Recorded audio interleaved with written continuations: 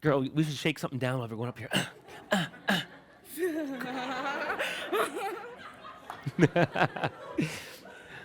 That's how I did it. That's how I made money to go to this school. God, if I was like, tell me something embarrassing about yourself, I'm like, is that really the way I want to go on stage? But anyway, thank you for having me. I'm very honored to be here. And I'm a Wilfrid Laurier grad. And it's so nice to be able to be speaking about some different subjects than what I normally do in the corporate market or other places that I speak. And congratulations to all of you for being here, all right? It's very cool that you've made it out. So I want to speak about two very, very bad words, okay? Now, they're not racist words or homophobic or sexist or chauvinistic words. They are words that you can use in the workplace. You can use them in the family Thanksgiving dinner. You can use them with your friends in the hallways here at school. You can use them anywhere you want. But they're still very, very bad words. The two words are realistic and unrealistic. Two words that drive me crazy. And they drive me crazy because they have different definitions for so many different people in this room and in this world. And yet people use them with such authority. That's not realistic. That's unrealistic. And they feel like they have the authority to be able to use these words. But what really is realistic, right? I mean, let's use any category we want. For example, the category of age. I mean, what is a realistic age to do certain things in life? You know, I think about people like Martin Luther King. Here's a guy who had, I have a dream speech, or the mountaintop speech. He had, done marches. He had done protests. He had gone to jail. And he died at an age that was 1 year younger than what I am today. He was 38 years old. Or you think about people who are running marathons this year who are like in their 90s. People would say, that's unrealistic. That's an unrealistic age. And yet they do it. Or do you know what the average age was of the person who was working at NASA when we put a man on the moon? The average age of the person working at NASA was 26 years old at that time. So what is realistic and what's unrealistic? And this is something I want to speak about today because I think people use it with authority and they shouldn't be allowed. I really genuinely believe this. I think that people who use that word, they should have to quantify or qualify exactly what it is that they're going to say. Right? They should say, you know what, that's an unrealistic thing to do. And the reason I know that is because I have tried it 100 times myself, right? And in each case, I tried it every time a different way, and it never worked once. So I know, okay, that's qualifying something.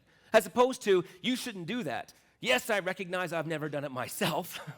And I understand that I actually don't know anybody else who's ever done it themselves. And I am accessing third-party information to make this authoritative decision, yet I know that it's unrealistic and you should not do that. And I see this everywhere I go, and it bothers me.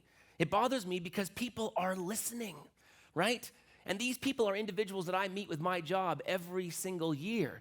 And quite frankly, the ones that are listening to this advice are quite depressed. They're not happy with their lives. I mean, these are the individuals that are cutting us off in traffic, okay?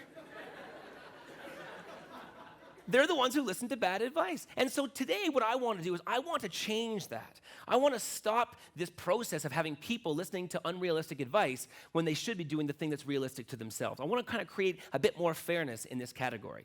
And by the way, yes, I know that there are certain things that are unrealistic. I get that it's probably improbable that I am going to win the most valuable player for the NFL this year, okay? I understand that. However, I'm talking about all the other things that people won't allow themselves to do because of the definitions they have in their head. So, to get this going, I want to ask you a few questions, okay? And I want you to answer these questions in your head. First question is this. If you graduated with a degree in business and economics, what would you say is a realistic, in your mind, a realistic occupation that you can have? Okay? So think about that. Maybe right now you're thinking finance. Maybe you're thinking marketing, strategy. Maybe you're thinking accounting. All good options. How many of you thought writing theater shows for young people? Probably nobody, right? Okay? Second question. Let's say you did go out, you wrote theater shows for young people, okay? And then after doing that for a long period of time, you decided you want to take it to the next level, and now what you wanted to do is you wanted to write musicals, okay? That was your big thing. Now, if you wanted to write a musical, what would be a realistic instrument you should be able to play? Piano, thank you. Another one? Guitar, perhaps, right? A guitar would be a good one. How many of you right now are thinking no instrument at all? Probably nobody, right? Third and last question, okay? Third and last question. Let's say now you've written this musical, you've got the people in your show, everything's ready to go, but you need a venue to put the show on. what would be a realistic place to put that show on? Okay, now keep your answers to yourself. Answer this in your head, okay? Maybe right now you're thinking a theater, obvious choice. Maybe you're thinking an auditorium. Maybe you're thinking perhaps a community center, okay? How many of you are thinking your apartment? I'm guessing nobody is, right? Most people don't think these types of things. And that is really where my story begins. You see, when I used to go to this school many, many years ago, when I was 19 years old, I read my very first self-development book, okay? And it was a book that I would have assumed that I would have never read, but I read this book, and it all of a sudden started telling me stories about people who had done unrealistic things with their lives. And for the very first time in my life, I was inspired. I thought, hold on, I thought that there were certain rules that we had to live by. I didn't know that I could go out there and do fantastic, unrealistic things with my own life. Because just like many of you, I'd come from a very working class family. Parents immigrated to this country with the intention of, creating a better life for their children. We all know the story, the great Canadian story. And so I thought there were rules. But after reading this book, all of a sudden now I was like, there are no rules. I can go out there and do things that are supposedly unrealistic. And so that was when I graduated with my business and my economics degree, I decided that even though I was $24,000 in debt with my student loans, I still had $4,500 in the bank. So I thought, let's cash that. Let's start a business. And that's what I did. I started my own business, started running shows, theater shows for young people. And as I had written those shows, of course, I was trying to get it out there. It wasn't easy at first, and people didn't want to hear us. No one would, give us a chance. There were times that I couldn't even give my show away for free because I tried. Trust me, I know, you can't. And eventually, someone took a chance on us. Eventually, we did a few shows, and one thing led to another. And then eventually, one day, I got a phone call from Coca-Cola. And they said, hey, we've heard about your show, and what do you think about the idea of touring it across the country for the next 3 years? And I remember getting off that phone, remember closing my eyes, took a final sip of my Pepsi. And I thought to myself, let's do this. And then for the next 3 years, I toured nationally with Coca-Cola. And during that time, I was meeting all these adults, teachers, guidance counselors, vice principals, people who were in the adult category coming up to me and saying, I love this show. It's so interesting. It really had a big impact on my life. And I was thinking to myself, that's interesting. I didn't write it for adults. And then my head said, but what if I did? What if I wrote a show for adults? In fact, what if I went one step further? What if I wrote a musical? Then of course, the little voice goes off, excuse me, you don't play any instruments. And that was when I was very lucky. At a point in my life, I took a big bite of an Apple computer. An Apple is a great computer system. I'm not here to, I'm not sponsored by Apple, I can tell you that. Although if they ever see this video, they should sponsor me. And, but the truth is that Apple is great in the sense that it allows me, people who are completely inept in particular areas of their life, to be able to do things. And in this case, to compose music on a program called GarageBand. I'm sure many of you actually know it. And that was in its infant stage, I started using this program. So that by the end of that, I had produced a musical. I had written all the songs. I had all the different parts of it. Everything was good to go. We had the actors. But now we needed a venue. Now, for me, I didn't want to just do a run of this show for like the next 2 or 3 weeks because I had bills that went longer than 2 or 3 weeks. I needed to have a show that was running all the time. So I needed to find a venue. So I went out there and I started talking to theaters and to auditoriums and to community centers, and none of them would rent their space out to me once a week, which I wanted every single Saturday. Now, in that moment, I could have given up. I could have said, well, you know what, this wasn't realistic. This is not going to work out. Or I could have an unrealistic thought. I thought to myself, well, if I need to have control over the space, the only place I have control over is my apartment. And so I thought, why don't we do it in my apartment? And that was when I went and took over a big warehouse space downtown Toronto, 2,600 square feet, broken windows all the way around, a big hole in the ceiling. The walls were all dirty. We went in there, cleaned the floors, painted the walls, and we replaced the windows and fixed the hole in the wall in the ceiling. And we ran that show, that musical, for the next 4.5 years to sold-out crowds in my apartment. At the end of the show, I would say goodnight, and I would just go to bed. It was amazing. I loved it. This is perfect, right?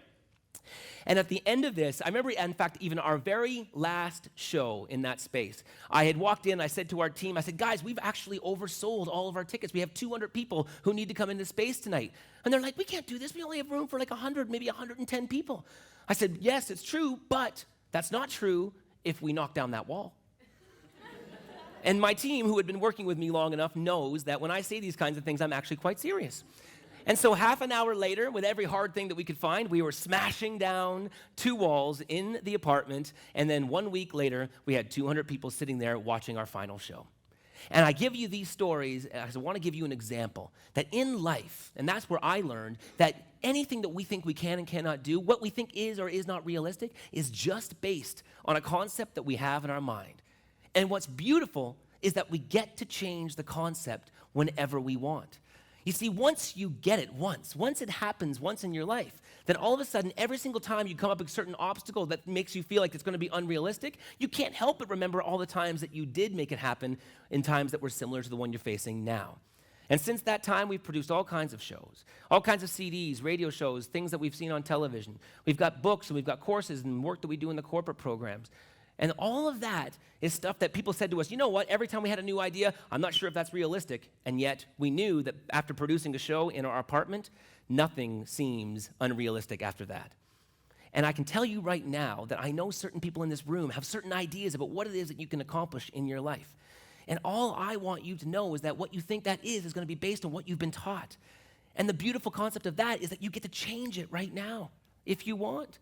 And the second you change it is the second you'll start going after things and doing things that you never imagined were absolutely possible. And when you accomplish those things, it's the greatest feeling you'll ever have. Now, by the way, I will say that as you go after these things in life, you will feel uncomfortable. No question, it will feel foreign when you're doing things you've never done before. And I know what that is like. I was actually first introduced to this idea many years ago when I was dating this woman who was a doctor, much smarter than I was. And we were sitting and we're having a drink at a bar one time, and she starts telling me a story about how when she was just about to graduate from med school and go out into the real world, they had another doctor come in to speak to the students.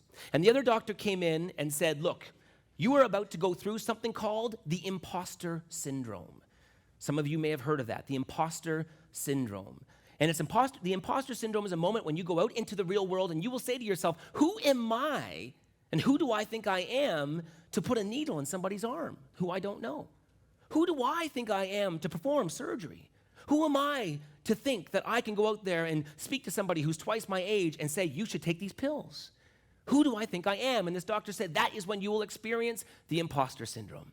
A moment where you feel like you are duping everybody. A moment where you feel like you're completely out of place. And they said, once you feel that, recognize that you should know that you are in fact right on track. And every other doctor in front of you has felt the exact same way. And that's how you know you're on track. I felt that way when I received my very first bad review. At first, I felt really bad, okay? But then I knew that things were going to change because I realized I now am just like every one of my idols. They all have a bad review. I'm just like them. This is perfect. And this is what I encourage all of you to remember, is that as you sit there right now, what you think is and is not realistic is just an idea. And you might be thinking to yourself, well, fine, where do I start?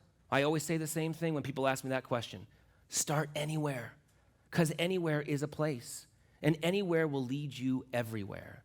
And I can tell you that it's not just geographical places, it's also places within your mind and within your heart and within your soul. And as you go through those places, you will realize that rules are just shackles that people place on things that they don't understand. So you have to let yourself know whether or not you're going to let those rules apply to you. But I can tell you, as somebody who has pushed those limits, it's so well worth it to do things that are unrealistic. You know, I once wrote in an article, I said, you'd be an idiot to think that there wasn't something beautiful going on behind this thing called life. And an even bigger idiot to stand up and say that you know what it is. And to me, there are so many individuals in this world who are standing up and they're all saying, I figured life out. Here's what it is. This is how you should do it. And I think to myself, that is such an interesting thing.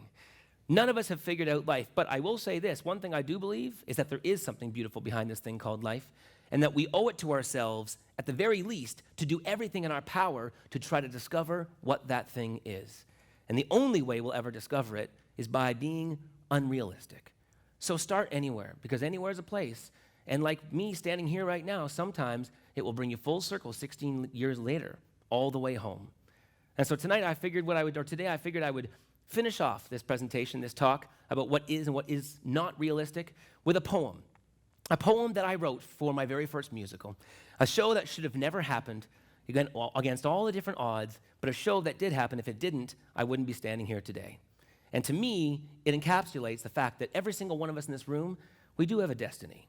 We have something that we're supposed to do. And whether we do it or not really comes down to a decision as to whether or not we will allow ourselves to do it. This poem is called Some Things Are Meant to Be. Some things are meant to be. The bees, the honey, the gin, the rum, me, the English and the funny, the warm feeling I get in my tummy on the days when it is sunny. Some things are meant to be. Eloquently, constructively, precisely, decisively, some things are meant to be. I mean, in the morning, do you crave a beer? No, you drink tea. All right? Kids, they climb trees. Thank yous come after please. Stomach turns on stormy seas. Sober driver gets the keys. You can't have a beach without the breeze, and you can't have a bank without the fees. And as I trip through my A's, my B's, my C's, my D's, just know that there are some things that are meant to be. Unfortunately, this rule did not seem to apply to me. You see, my daddy was a salesman. Not a mailman, but door to door is where he would go, man, on his feet and with his case, shaking hands, always putting on a smiley face.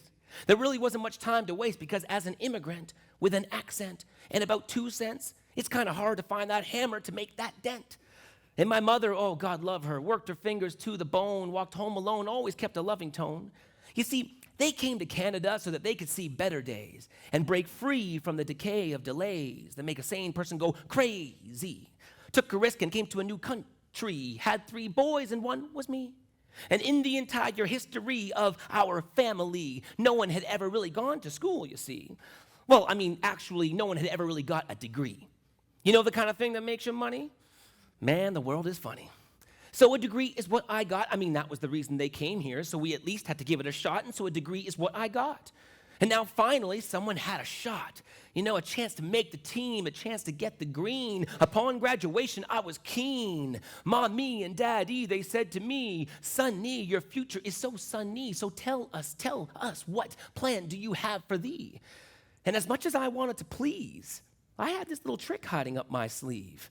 You see, ever since I was a little boy, I would go to bed at night, lay quiet without making a noise.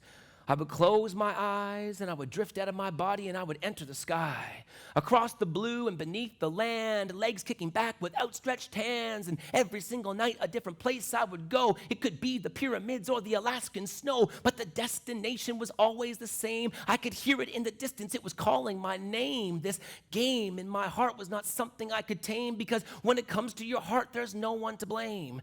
And I'm flying now, coming to the end of my journey. One more flip, one more click, one more spin, one more twist, one more dive, one more soar. And whatever it was, I would say, can I just please have one more? And then eventually I would arrive in a place that I would live, in a place that I would die in, because every moment there was always a win. Ning. Moment for me, it was the place I belonged. It came easily and freely and nicely. The place I was not supposed to be. And you see, when you come from a family, they don't think it's very funny when they don't have much money and you take opportunity and spread it across a stage for the whole world to see. But what am I supposed to do if this is all there is to me? Forget about a dream I've been having since I was 3? Folks, it's true for you and it's true for me. Some things are meant to be. Thank you very much.